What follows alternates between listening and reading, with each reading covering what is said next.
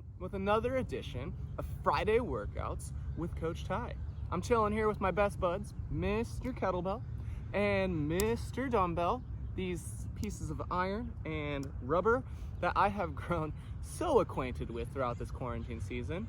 And more importantly, I have learned to see this as an opportunity to develop my skill with these respective tools. I'm really pumped to see how it translates back to the barbell at DRS, and you should be too. But with that said, we will be using the barbell or kettlebell or dumbbell, all depending on what you have today. So get ready to move some iron and have some fun.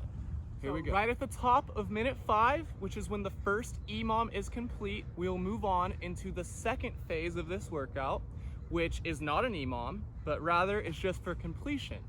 3 different movements: 100 double unders, 50 kettlebell swings, and 50 hang to overhead, with our preference being hang power clean to push jerk. I will demonstrate in more detail so you'll know what I mean by that. So first and foremost, 100 double unders. Of course, that means 2 revolutions per every jump. If you do not have dubs, singles will work. If you do not have a jump rope, bunny hops or pogo jumps or tuck jumps will all work, trying to be explosive and fast off the ground. The second movement will be 50 kettlebell swings.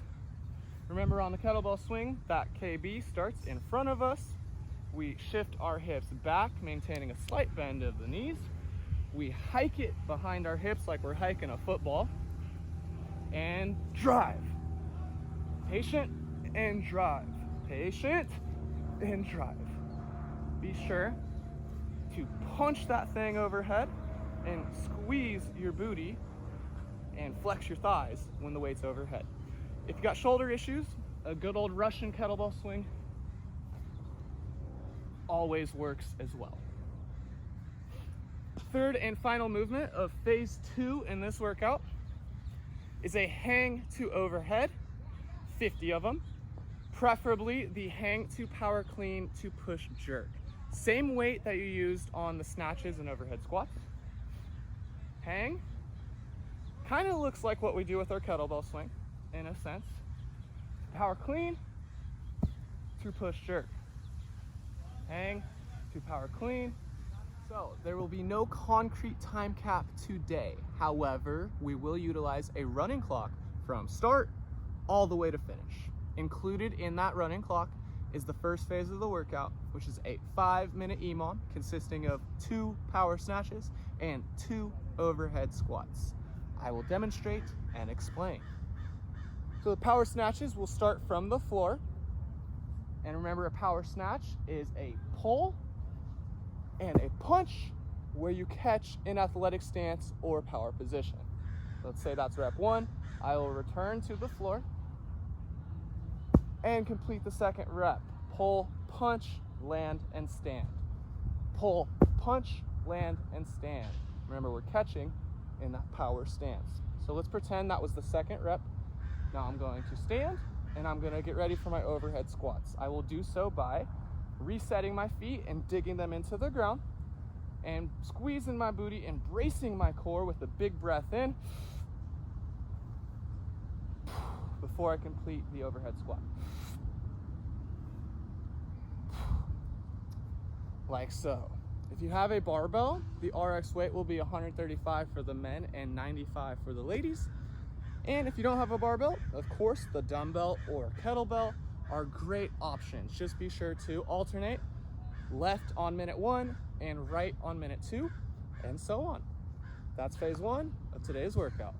Third and final phase of the workout is a classic 21-15-9 rep scheme. 21 burpees, 21 front squats, 15 burpees, 15 front squats, 9 burpees, and 9 front squats.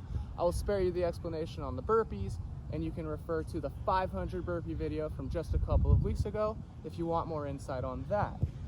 For the front squats, we will have to power clean the weight up, and we'll be using the same weight as the previous dumbbell, barbell, or kettlebell movements. So power clean it up. If you have a dumbbell or kettlebell, the front rack is a great position to mimic what we do with the front squat. Stay tall and tight, sit down with control, and drive up. Tall and tight, sit with control, and drive up.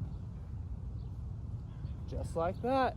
That's phase 3, the final phase of today's workout. And in the warm-up, let's get those shoulders fired up with some cross crawls and bear crawls. Let's get them mobilized with some Supermans, overhead rotations, and downward dog. Let's get the hips ready with some air squats, some Kang squats, and some Spider-Mans. Don't forget, jumping, skipping, crawling, hopping, and running in any variation will always help. And lastly, a little bit of skill, like maybe some high pulls and some shrugs, will help with all the barbell movements. That's all I got for today. I'm Coach Ty. I'm signing off. Until next time.